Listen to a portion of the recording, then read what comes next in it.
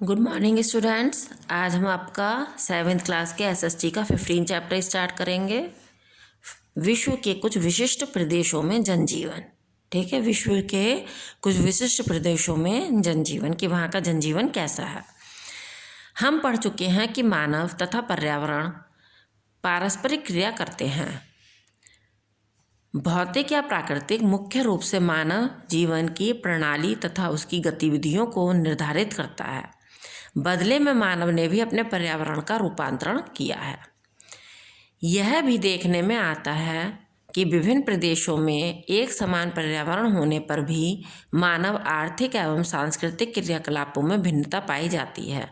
उदाहरण, सहारा मरुस्थल में ऊंट पालन एक प्रमुख आर्थिक प्रक्रिया है जो पश्चिमी ऑस्ट्रेलिया में मरुस्थल में नहीं है, जहां पर वैसा ही भौतिक पर्यावरण उपलब्ध है। इसी प्रकार गंगा ब्रह्मपुत्र बेसिन में जैसा आर्थिक एवं सांस्कृतिक जीवन पाया जाता है वैसा अमेजन बेसिन में नहीं मिलता। विश्व के घास स्थलों में भी हमें सांस्कृतिक तथा आर्थिक जीवन में भिन्नता दृष्टिगोचर होती है। उत्तरी अमेरिका के प्रेयरी तथा ऑस्ट्रेलिया के डाउन्स घास प्रदेशों के जीवन में भी भिन्नता है। इस अध्याय में हम विश्व के भिन्न विभिन्न प्रदेशों के विविध प्रकार के जीवन के प्रति रूपों का विस्तार पूर्वक अध्ययन करेंगे।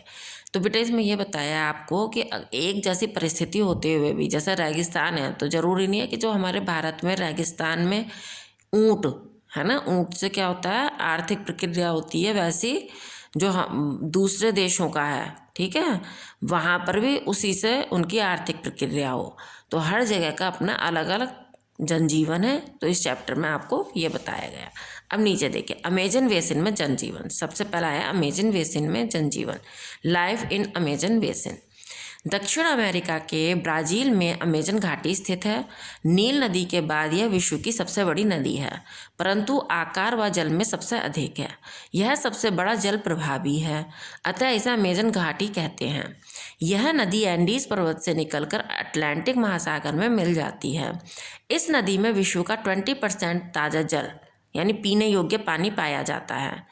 नदी क्षेत्र होने के कारण यहाँ की भूमि अत्यधिक उपजाऊ है। भाई नदी का क्षेत्र है इसलिए भूमि अत्यधिक उपजाऊ है यहाँ पे। अमेजन बेसिन में सदाहरित वृक्षों का विशाल भंडार है। यहाँ लगभग 50,000 प्रजातियों के पेड़ पौधे, 15 लाख प्रकार के कीट पतंगे, हजारों तरह की मछलियाँ तथा स्तनधारी जानवर पाए जाते हैं। यहाँ पशुओं में हाथी, गैंडे, गोरिल्ला, चिंपैंजी, मगरमच्छ आदि सभी प्रकार के जीव जंतु पाए जाते हैं। अमेजन बेसिन खनिज, प्राकृतिक वनस्पति व कृषि आदि के अनुकूल परिस्थितियों का स्वामी है, परंतु अब विकास के कारण अनेक जातियों के लोग यहाँ पर आकर बस गए हैं, जिसके कारण वनों की अमूल्य संपदा को काटा जा रहा है। वनों को समाप्त करने से यहाँ के पर्यावरण को अधिक नुकसान पहुँचेगा, जिससे विश्व भी प्रभावित होगा।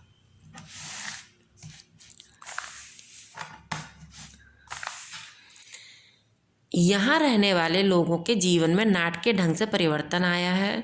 कोलंबस के द्वारा नई दुनिया की खोज के बाद अनेक यूरोप निवासी दक्षिणी अमेरिका में आकर बस गए। अब कृषक कौन, किसान बड़े बड़े फार्मों में बिक्री के लिए फसलें उगाने लगे हैं। अब कॉफ़ी, कोको और मक्का यहाँ की मुख्य फसलें हैं। वनों के विनाश के दूरगामी परिणाम हो सकते हैं, क्योंकि इससे कार्बन डाइऑक्साइड की मात्रा बढ़ जाती है, जिसके कारण भूमंडलीय ऊष्मा में वृद्धि होती है। जो लोग यहाँ बसना चाहते हैं वे नगर बसाने तथा पशुचारण के लिए वनों को साफ कर रहे हैं। पिछले वर्षों में इस अनोखे वन का एक बड़ा भाग नष्ट हो गया है। ठीक है, आबादी बढ़ रही है, रोज लोग क्या जंगलों को काट रहे हैं, तो उससे क्या है विश्व में जो है पर्यावरण की जो समस्या है वो बढ़ गई है। अब हम आते हैं मरुस्थल में जीवन। भूमि का एक बड़ा भाग जो रेत से ढका है मरुस्थल कहलाता है। इन क्षेत्रों में जल की अत्यधिक कमी होती है। यहाँ अल्प वर्षा, बहुत कम फसल एवं वनस्पतियाँ, उष्ण तापमान होता है। उष्ण का मतलब बहुत गर्म। यह देखकर विश्वास करना कठिन होता है कि करोड़ों वर्ष पूर्व यहाँ हरियाली एवं उपजाऊ मिट्टी थी, जिस कारण यहाँ सघन वनस्पतियाँ एवं घना वन्य जीवन था। जलवायु में होने वाले कृमिक अंतरों ने यहाँ की भूमि को, प्रकृति को ही बदल दिया। तापमान के आधार पर मरुस्थल दो प्रकार के होते हैं, गर्म मरुस्थल एवं ठंडा मरुस्थल। ठंडे मरुस्थल में जीवन। लद्दाख ठंडे मरुस्थल का उदाहरण है। यह जम्मू और कश्मीर का एक जिला है। लद्दाख की राजधानी लेह भारत का सबसे ठंडा शहर है। वर्ष के अधिकतर महीनों में यह बर्फ से ढका रहता है, अतः इसे खपा चांद कहते हैं, जिसका अर्थ है बर्फ की धरती। यह पर्वतीय क्षेत्र है। अत्यधिक ठंड होने के कारण यहाँ वनस्पति भी बहुत कम होती है। कुछ पर्वतीय ढालों पर एल्म, सिडार और बिल्लो नामक वृक्ष उगते हैं। लद्दाख में जंगली याक, जंगली भेड़, खरगोश, कियांग यानी खच्चर और बारहसिंगा पाए जाते हैं। लोगों की बस्तियां केवल नदी के पास ही होती हैं। लेह भी सिंधु नदी घाटी में स्थित है। लद्दाख के लोग या तो गडरिये या किसान हैं। गडरिया कौन होता है? जो पशुओं को चराते, पशु को पालते और चराते हैं। ये लोग घाटियों में गेहूं, बाजरा, जौ, मटर, फलियां, शलजम आदि उगाते हैं। गडरिये भेड़, याक, बकरी, घोड़े इत्यादि पालते हैं। वे गर्म कपड़े भी बनाते हैं। पिछले 3 दशकों से लद्दाख में काफ़ी परिवर्तन आया है। सुदूर एकांत होने के बावजूद भी यहाँ पर्यटन को बहुत बढ़ावा मिला है। लेह में कई होटल हैं। संपूर्ण संसार से लोग लेह में प्राकृतिक सुंदरता देखने आते हैं। लद्दाख में कुछ खनिज जैसे सल्फर और बोरक्स भी पाए जाते हैं। अब आता है सहारा यानी गर्म मरुस्थल। ठीक है, 2 तरह के मरुस्थल थे, ठंडा और गर्म। तो ठंडा हमने पढ़ लिया, अब हम आते हैं गर्म पर। सहारा विश्व का सबसे बड़ा गर्म मरुस्थल है। यह लाल सागर से अटलांटिक महासागर तक अफ्रीका के उत्तरी भाग में फैला है। सहारा मरुस्थल की सबसे प्रमुख आकृति बालू के टिब्बे हैं।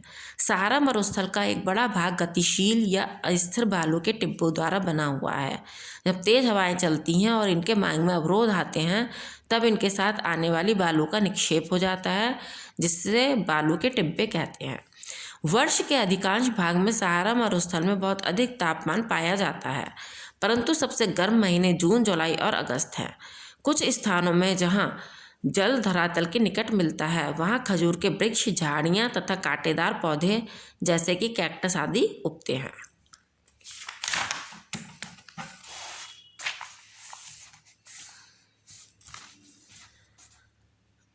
मानव तथा पशु दोनों खजूर खाते हैं। इसके पत्ते चारे या ईंधन के रूप में उपयोग में लाए जाते हैं।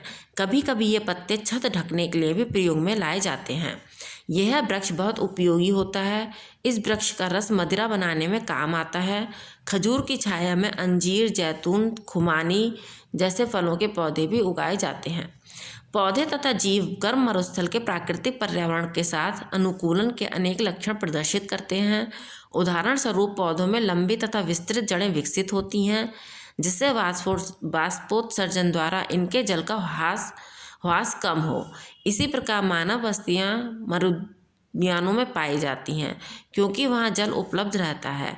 कुछ मरुद्यान बहुत छोटे होते हैं, जहां खजूर के वृक्ष एवं कुएं के चारों ओर झुंडों में पाए जाते हैं, परंतु कुछ बहुत बड़े होते हैं, जहाँ कृषि भी की जाती है।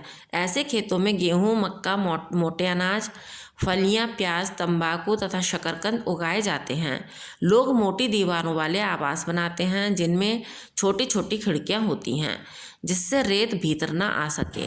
जैसे ट्यूनीशिया में लोगों ने नरम चट्टानों में अपने पशुओं के लिए गुफाएं बना रखी हैं। गर्मी से बचने के लिए ढीले सफ़ेद वस्त्र पहने जाते हैं। ऊंट रेगिस्तान का सबसे महत्वपूर्ण पशु है।